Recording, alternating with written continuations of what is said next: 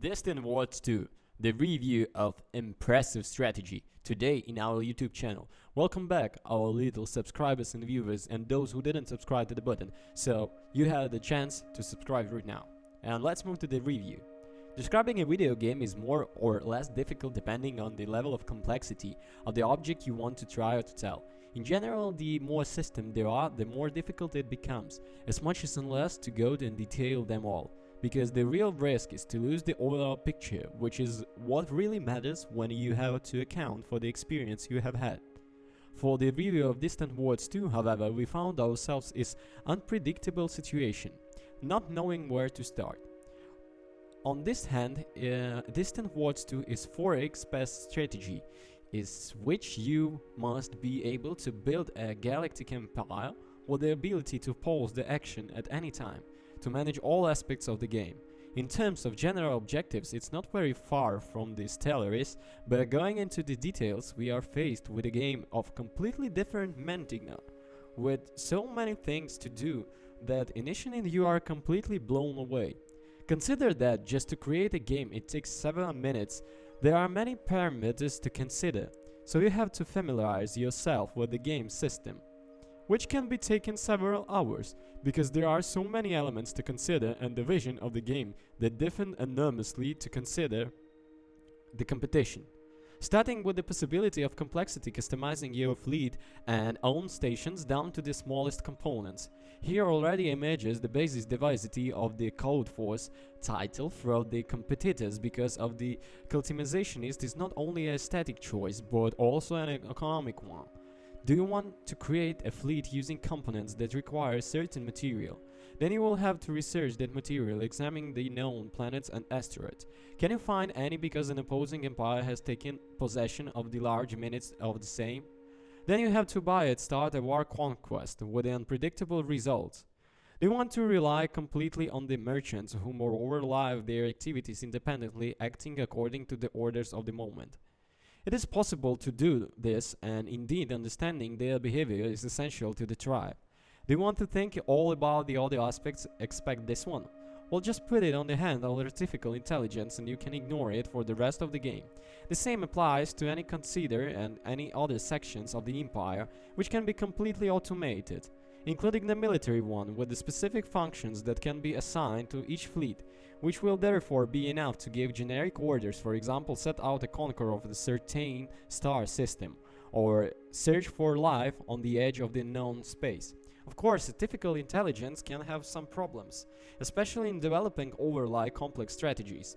So, if you have something very specific in mind, it's best to do it manually. For example, if you want to make several fleets coverage on a single target to carry out a joint of simultaneous attack, it's being avoided by automatization, because there is a risk that the fleet start warning in order of arrival, increasing the losses. However, as the empire grows, delegating becomes simply necessary, because managing every single aspect can be counterproductive and make you lose the big picture. Let's face it, the most prominent elements of Distant Wars, the one that will literally adore by it some players, is also the one that will keep many others on a safe distance.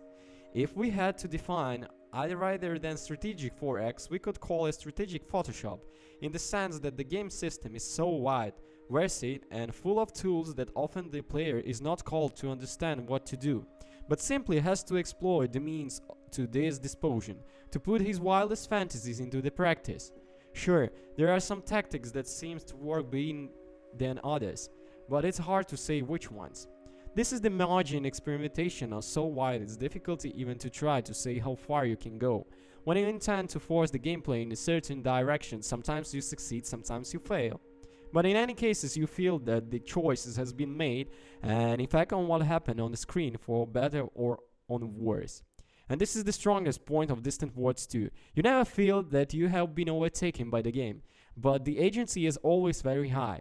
To say during a campaign we suffered a surprise attack by an alien of two opposing factions. The fact that attack was precise and ruthless and left us completely blown away, causing us lose some colonies before being able to convert part of fleet to stop enemy advance. There and here we threw a classic CPU trick, but examining the situation carefully, we realized that simply the artificial intelligence had exploited our mistake. That is how underestimated the defense of the certain area of space, thinking that from the part could not have any consequent threat. We were so caught up in expressions on none other words that we allowed enemies to reorganize and wedge into our colonies, catching us off guard.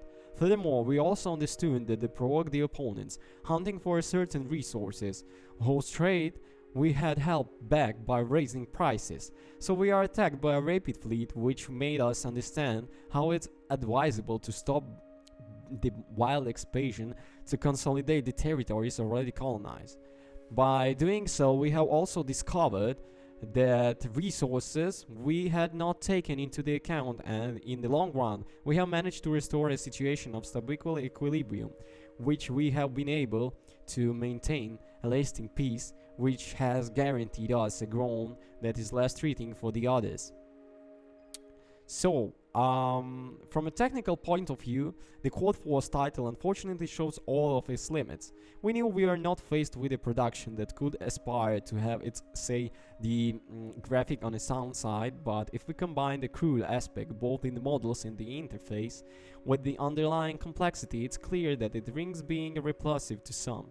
It should be noted that the interface itself has improved compared to that on the first chapter, but we are still far from being able to call it pleasant. We can guarantee you is that once you enter the game seriously, aesthetic graphic really becomes the last two. But we are always there.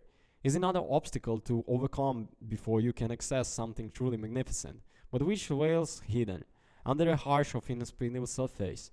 There are also small problems in the missions, which are rare locations are impossible to complete due to some bugs. It only happened to us once.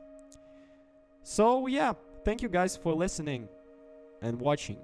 And don't forget to subscribe, as I said already before in the video. Thumbs up. Peace.